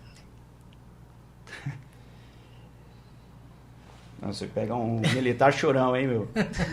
Então, Isso é muito importante. E aí o meu filho a gente foi aprendendo com ele, foi criando resistência e, como disse um psicólogo, né, resiliência, o poder de adequação, né? E o quanto você aprende com ele, né? Não é um aprendizado diário? É o aprendizado diário, né? E a conquista, cada situação que para uma criança seria mais rápido, né? Para ele é mais demorado e é muito legal. Eu falo que sempre alguém fala, ai, como é para você trabalhar assim? Eu falo, é um privilégio, gente. É um privilégio conviver com essas pessoas. Porque eles têm, acho que talvez mais aflorado do que o restante, coisas tão especiais, tão simples, mas tão especiais, que podem acrescentar tanto na nossa vida que a gente não tem um despertar para isso no dia a dia. Tão importante. O Augusto é uma criança muito afetuosa, né? Um adolescente agora, né? Agora um adolescente muito afetuoso e que tem uma paixão pelos ele adora animais, né? Os animais, pronto. Aí conseguiu lá, do meu irmão foi entregando um monte de animais para ele e quem arca com tudo isso sou eu, né? Você tem que cuidar. Então, pai, eu quero peixe. Ai, tio, você me dá o peixe? Aí ele não pede para mim, pede pro tio, né? Aí o tio vai lá e dá o peixe, deu o aquário. Jabuti, nossa, eu acho que minha casa já virou um zoológico já.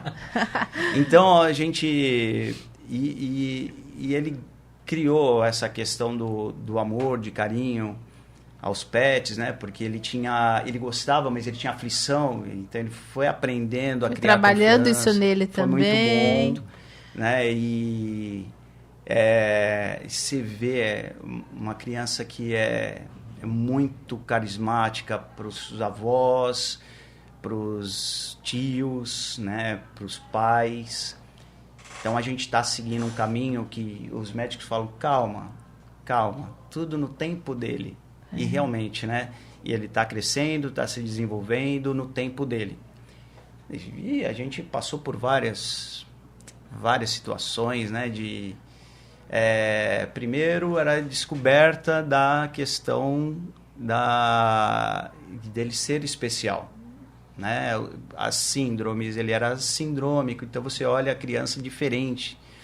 E como eu vou lidar com isso, Como né? eu vou lidar com isso? E aí, vamos agora para hospitais. Aí, toda vez era uma luta, ir para um hospital, o médico perguntar, e a gente tem que falar, os médicos não olham para o pai, só olham para a mãe.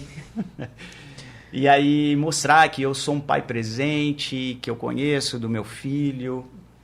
E daqui a pouco, aí fez uma cirurgia, aí eu tive que ficar com ele na mesa de cirurgia para poder acalmá-lo. Passou. Então você também teve que ter vivências que você nunca imaginou.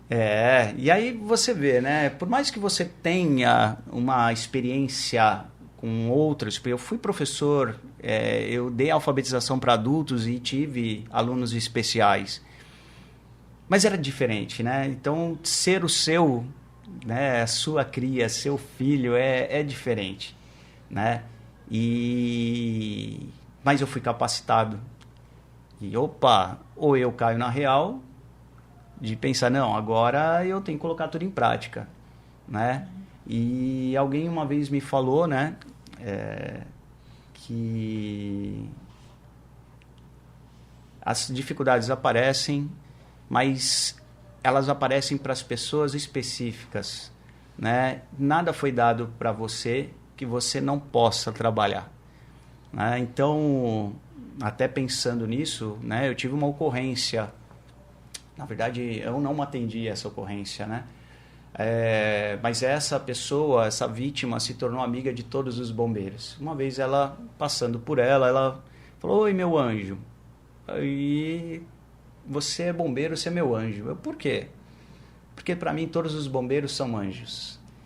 Eu sofri um acidente, estava com com o meu marido, tal, sofri um acidente de trânsito, fiquei desenganada pelos médicos, falou que se ela sobrevivesse ficaria em estado vegetativo, e ela superou as expectativas. A abertura dos olhos dela foi agradecer a Deus que ela tinha sobrevivido. E aí foi as lutas, né? Acamada, depois teve complicação alimentar, teve que ser socorrida novamente, depois ela começou a se desenvolver, cadeira de rodas, depois um andador, e aí voltou à vida, a trabalhar, né? Conseguiu a independência dela, e sempre com um sorriso no rosto, toda marcada com sequelas. E aí a vida deu mais um baque para ela. Da mesma forma como ela sofreu um acidente a filha dela. Só que dessa vez ela perdeu a filha. Foi fatal. Foi fatal. E aí a filha deixou um presente para ela. Deixou um filhinho, um anjo, que tinha também um transtorno, um espectro. E essa criança, vendo a avó chorar, falou assim: vó, por que você está chorando? Ah, não, é que eu tô com dor, para disfarçar a saudade da filha, né? Ela falou assim: não, vó, fala a verdade, a senhora tá chorando por causa da minha mãe, né? Olha só. Olha só, né? Que rasteira que uma criança dá na gente. É a percepção, gente, né? Às vezes a gente acha que não tá entendendo, é uma percepção da criança. E fala dessa forma para tentar poupá-la, mas ela tem Aí olha só a educação dessa criança. Vó, tá vendo aquela estrela lá no céu? É a minha mãe. Ela virou uma estrela e tá olhando pela gente. Fica tranquila, ela tá bem. Então, Deus capacita até quem você nem imagina. Um anjinho para mostrar que ou você vive pensando que você é vítima, ou você aprende com as dificuldades que a vida lhe impõe. Exatamente. Então, a gente está aqui para aprender, e eu estou aprendendo constantemente com meu filho, né? Ele aprende com a gente, claro, né? Mas é mais um aprendizado para nós, para os pais, para os avós, para os meus irmãos, para os meus amigos, porque isso acontece e eu não sou privilegiado, não sou único com isso. Isso acontece em muitas famílias. Né? E aí essa vivência, essa história de vida que a gente acaba acarretando, né? A gente pode ajudar outras pessoas. Isso é legal. Com certeza. Recentemente eu fui numa viagem e agraciado pela corporação, né? Fui presenteado com uma viagem. E nessa viagem, outros militares, e também tinha um pai atípico, né? E até então não percebi que era, e ele com todo cuidado com o filho, aquele amor, eu falei: parabéns pelo seu carinho. E aí a gente conversando mais, entendemos aí, a gente trocou figurinha, né? Pai atípico, e como a gente pode lidar. E como as pessoas ao nosso redor nos ajudam a trabalhar essas dificuldades. Isso é muito bom. Então, o que dá para entender? O que eu aprendo, eu levo da vida com isso? Que Deus coloca situações para cada um de nós, mas Ele também traz as respostas. Ele traz algo importante para cada um de nós. Ele traz amigos como irmãos, Ele traz a família mais unida para algumas situações. Ele te fortalece, Ele te passa tranquilidade para ensinar o próximo. Então, eu aprendi, eu não fiquei como vítima. Meu filho foi meu presente. Meu filho foi meu presente. E você fala muito de Deus, da questão religiosa, né? Como que isso toca você? Qual a importância da fé na sua vida em todas as áreas? Obrigado pela pergunta, Reginaldo. Eu costumo pensar que nada é por acaso. Na vida, nada é por acaso. As coisas acontecem por providência. E a gente pode entender que Deus te colocou a uma missão, ou você pode ser amargurado com as coisas que estão ao seu redor. Dificuldade todo mundo tem. Mas como você vai lidar com ela? Aí é que são É elas. o que eu vou fazer com o que a vida fez comigo, Exatamente. Né? Você entendeu que você pode sair fortalecido e Deus não quer você mal. Ele quer você bem. Ele está te dando uma oportunidade de evoluir, de evoluir. aprender. Exato. Então, eu penso dessa forma, eu acredito que nada disso foi por acaso. Estar aqui para conversar com vocês, né? Obrigado mais uma vez pela oportunidade de falar um pouquinho da minha corporação, falar um pouquinho do meu filho, falar um pouquinho da minha vida. Porque isso daqui não é um fator isolado, né? Isso daqui é uma vivência de muitos militares, muitos bombeiros, de muitas outras pessoas, de outras profissões. Então, quando nós falamos um pouco da nossa história, alguns falam, caramba, eu passo por isso também, ou pô, eu poderia lidar dessa forma, ou eu posso viver chorando. Eu acho que isso é um dos nossos intuitos, mostrar para as pessoas que estão assistindo que existem caminhos. Exato. Você pode buscar o que vai dar mais certo na sua vida. Então, cada pessoa que vem, que traz uma vivência, traz uma história, tá levando uma oportunidade para alguém que, de repente, não tá achando o seu caminho. Você pode, como eu falei, né? Você pode olhar as dificuldades e falar, nossa, mas só tem tragédia na sua vida? Você quer olhar de um olhar negativo? Você pode. Mas você pode olhar também com um olhar positivo. Né? Atualmente, minha sogra passou por uma enfermidade, né? E, essa mulher saiu mais fortalecida do que antes. Por quê? Ou você você entende que você não está sozinho, né? Deus te deu uma aprovação, mas Ele também colocou que você tem a resposta para tudo que você anseia.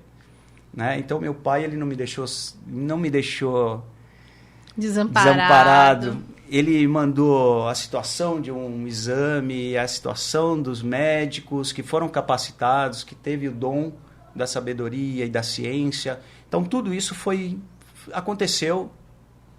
Ou, se eu não tivesse passado por isso, será que eu seria tão crente a essas convicções? E eu acho que até nos momentos que as coisas não saem como a gente gostaria ou como a gente espera, que a pessoa consiga vencer uma doença, enfim, até as pessoas que partem, elas deixam um aprendizado para nós. Deixam. Como lidar com esse momento final? Que valores eu posso tirar dali? Que riquezas esses momentos têm?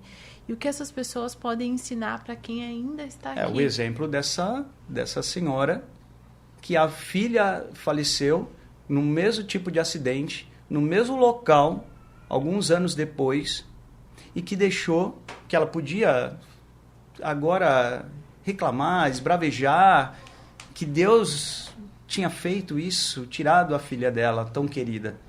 Mas que também deixou um anjinho para ela cuidar. Então a resposta está aí. Ou eu vejo as coisas... Cabe a cada um, né? Cabe a cada um de nós. Você pode ter a visão negativa, esse é seu direito. Mas você também pode ter a visão de que você está aprendendo com eles.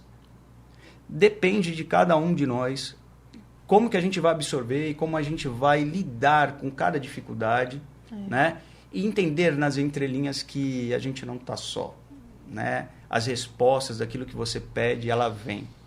Talvez não do jeito que você gostaria. Né? Aí eu acho que depende do nosso pedido. Eu sempre falo isso. Às vezes a gente fala assim, eu queria Deus dar calma.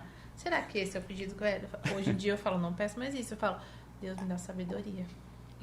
Porque se Ele me der só calma, Ele vai me dar várias situações difíceis para que eu aprenda a ter calma. Exatamente. Eu preciso ter sabedoria para lidar, porque as situações vão ser diferentes. Então eu peço sempre sabedoria para saber lidar com aquilo. A gente vai vivenciando e vai aprendendo, né?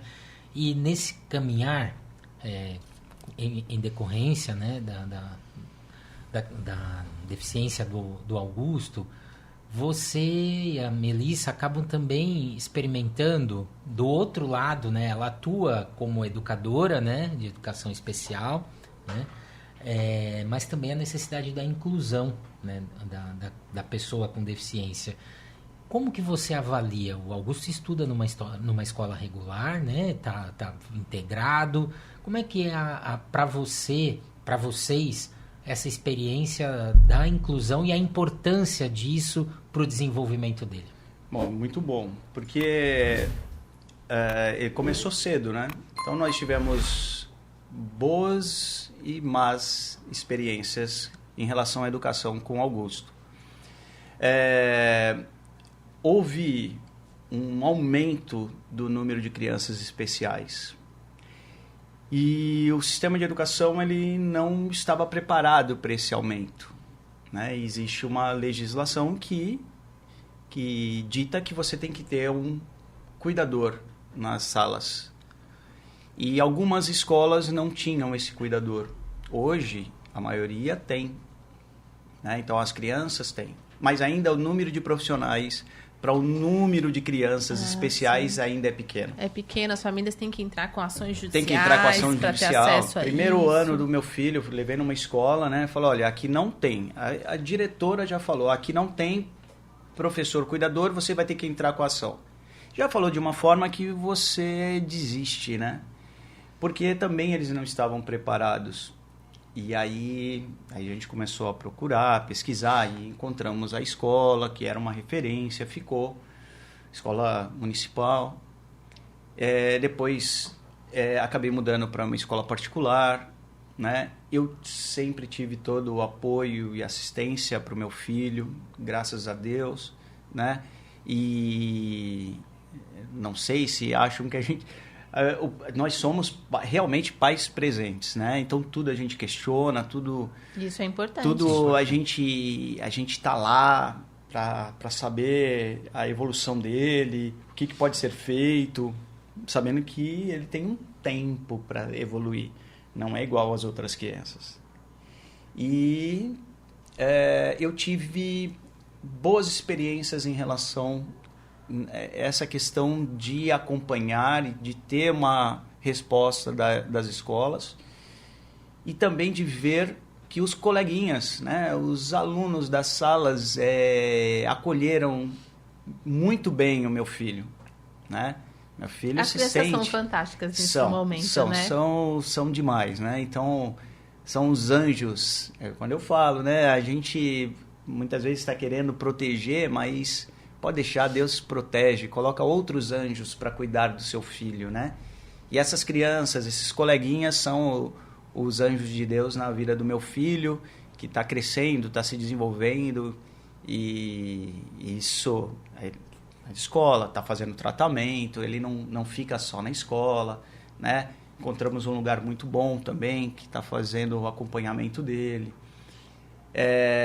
E a gente vê, é nítido a evolução do Augusto, né?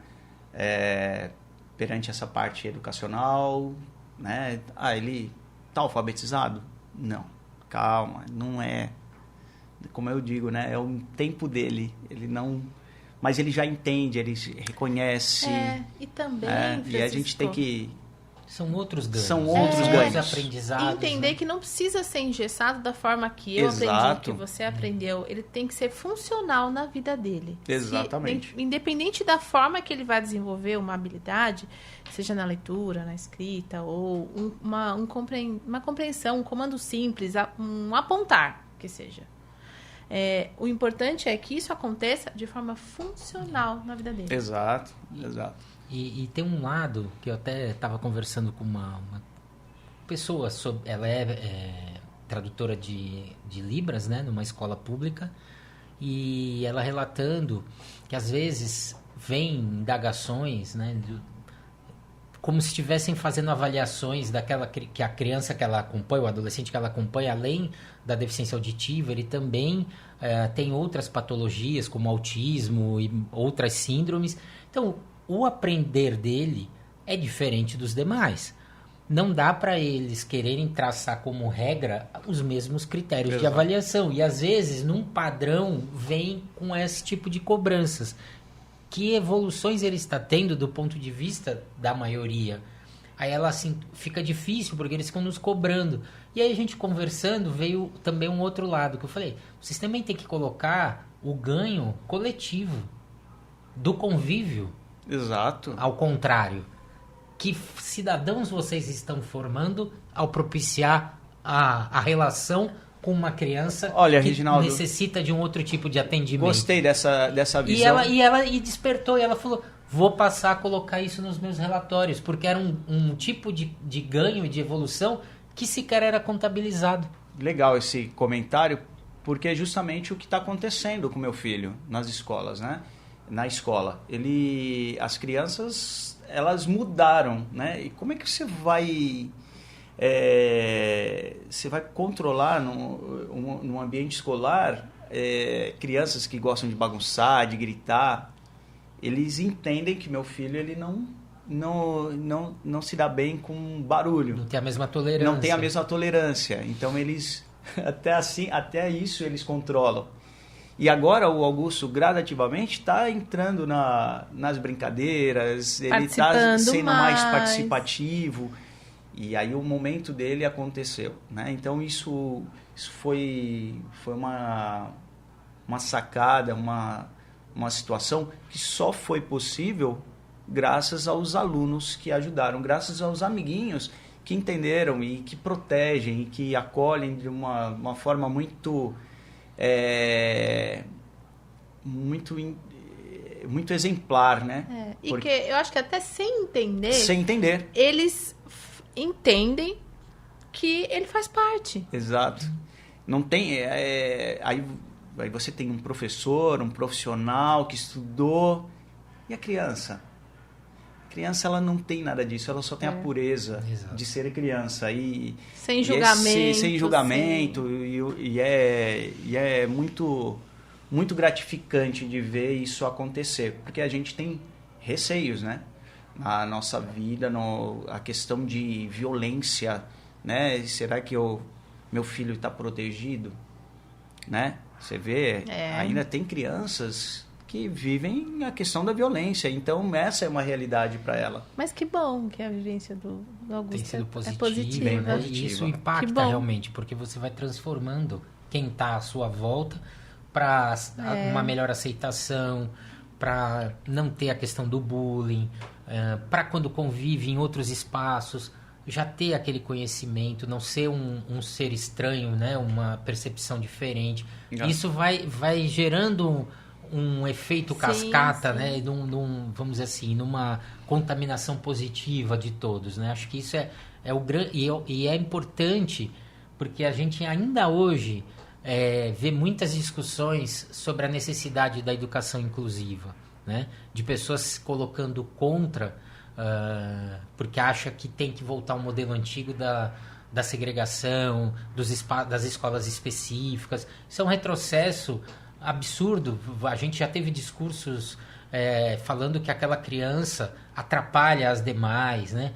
Então você vê que é uma luta constante, né? E que bom que a gente vê na prática as vitórias, né? Dos exemplos concretos. Eu acho que o Augusto é um desbravador nesse sentido, sem nem ter clareza do que ele está conquistando, né? Do exemplo. Olha, Reginaldo, nós conversamos antes da entrevista sobre a questão da adequação, né? A gente vive um processo de evolução na corporação, né? Que a gente se adequa às novidades, às dificuldades, o que vem. Mas não é só da polícia, não é só do Corpo de Bombeiros. Isso acontece em qualquer lugar, em qualquer profissão e nas famílias. A gente está vivendo um momento em que o número de pessoas com necessidades especiais aumentou.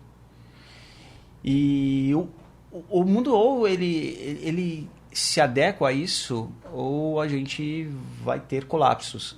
Então as coisas vão acontecendo, estão acontecendo, as dificuldades ainda são grandes, mas nós vemos que também o desenvolvimento na questão dos estudos, na questão do atendimento, né, e de como você lida com as pessoas tem mudado bastante, né? E isso a gente começa a entender porque a gente agora vive isso, né? Eu vivo isso com meu filho, né? Até então era algo que era só estudado. Agora não, agora você faz parte. Exato. E hoje não tem como você ficar alienado, não tem como você ficar fora, né? Mesmo quem não tenha filhos com necessidades especiais. As coisas estão acontecendo muito rapidamente e as pessoas, elas começam a entender, elas necessitam entender tudo isso, todo esse avanço, esse né? universo. Esse né? universo. Na verdade, não é nem que tenha, eu acredito que não é nem que tenha aumentado o número. Na verdade, a gente está sendo mais visto. Mais visto. Antigamente, as pessoas eram escondidas, segregadas, né? Exato. Por várias razões, às vezes até exterminadas, né? Então, mudou. Nesse ponto de vista, houve uma evolução humana positiva, né? Que a gente começou a dar espaços, né? E não mais esconder as pessoas. Acho que isso é um grande ganho. E aí a gente está caminhando aqui pro fim desse bate-papo, né? E aí vem aquelas perguntas que a gente costuma fazer. Para quem que você dá um like, Francisco? Para quê ou para quem, né? Não. Para quem você dá um joinha aí? Que Tá bom, um like eu dou para minha esposa. Melissa. A Melissa...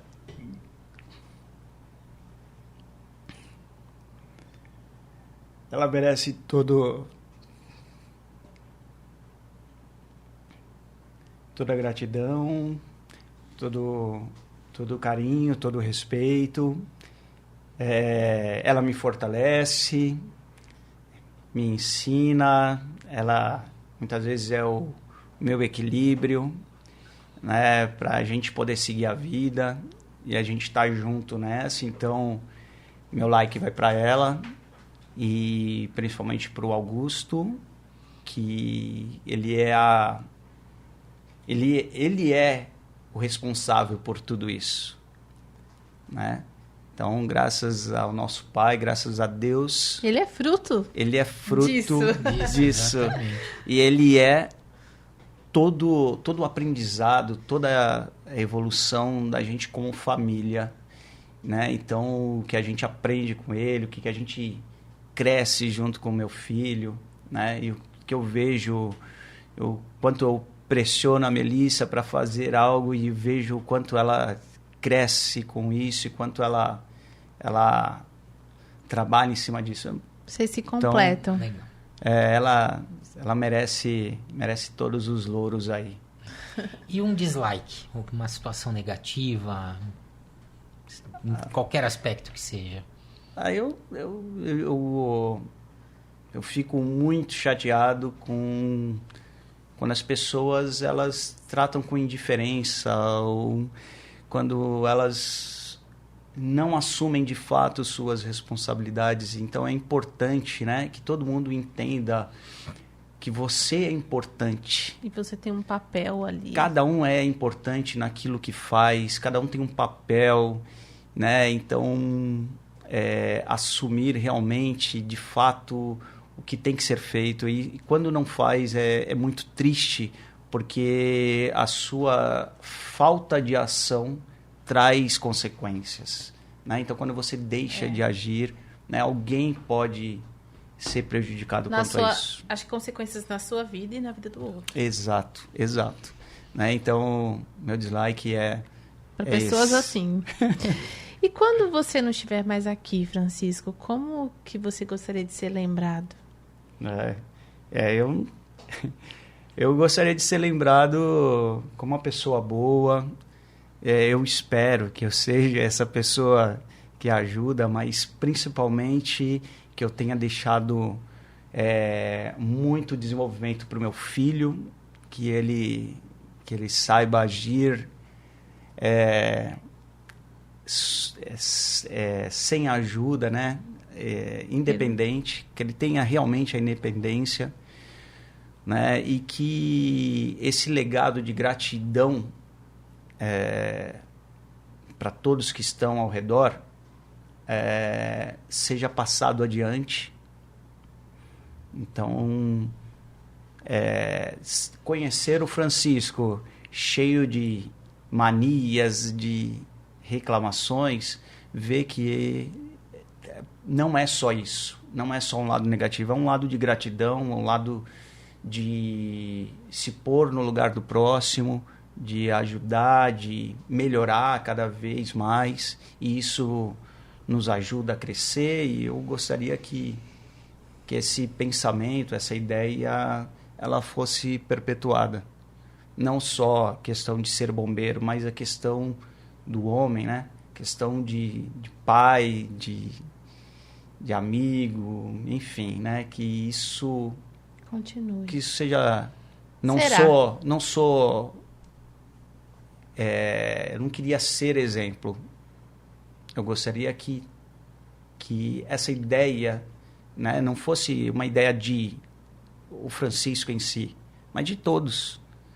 Não é um exemplo, é muita pretensão, né? Mas que esse carinho, esse amor aí ao próximo, ele seja algo mais latente no ser humano. Você pode estar sendo um instrumento. Às vezes a escolha não é sua, você é instrumento para ensinar outras pessoas. Amém. É isso aí. Obrigado.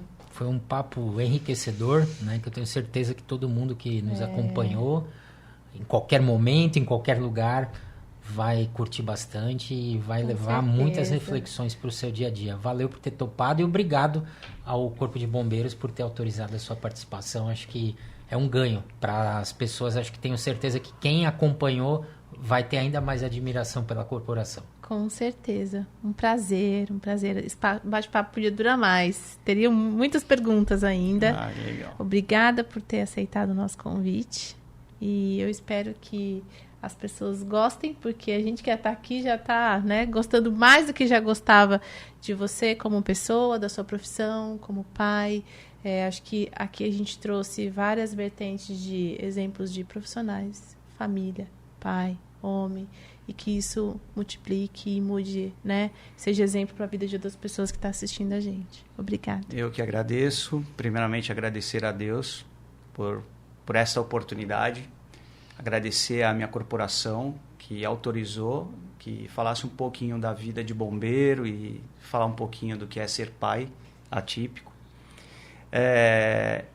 Agradeço a todos vocês. Obrigado, Daiane. Conheço de longa data, Reginaldo, Luciano. Que Deus abençoe a vida de vocês.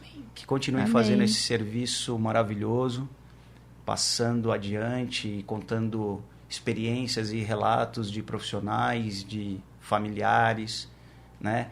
Que a gente possa se identificar cada vez mais sobre isso e se colocar realmente, como disse o Luciano, a empatia, se colocar no lugar do próximo, né? Muito obrigado. Deus abençoe todos vocês. Amém. Amém. E assim a gente chega ao final de mais uma edição de Papo On Podcast. E a gente está acostumado a ver super-heróis de capa, com uniformes diferentes. E eles têm uniformes diferentes também, mas são super-heróis que estão no dia a dia da gente. E na representação dos bombeiros, né, que o Francisco trouxe pra gente, há tantos outros heróis anônimos, né, que cometem os seus atos de bravura sem ninguém perceber, longe da fama. E acho que a gente tem que valorizar cada pessoa que na sua prática diária tem esses atos de valorização e de respeito ao próximo e de contribuir para a vida de outras pessoas. Às vezes, com um simples sorriso, você já está transformando o dia de alguém. Então, fica aqui o recado que os heróis estão à nossa volta, a gente só precisa ter um olhar e uma percepção para entendê-los e valorizá-los. Obrigado e a gente volta na próxima semana com mais um episódio do Papo On Podcast. Boas conversas acontecem aqui.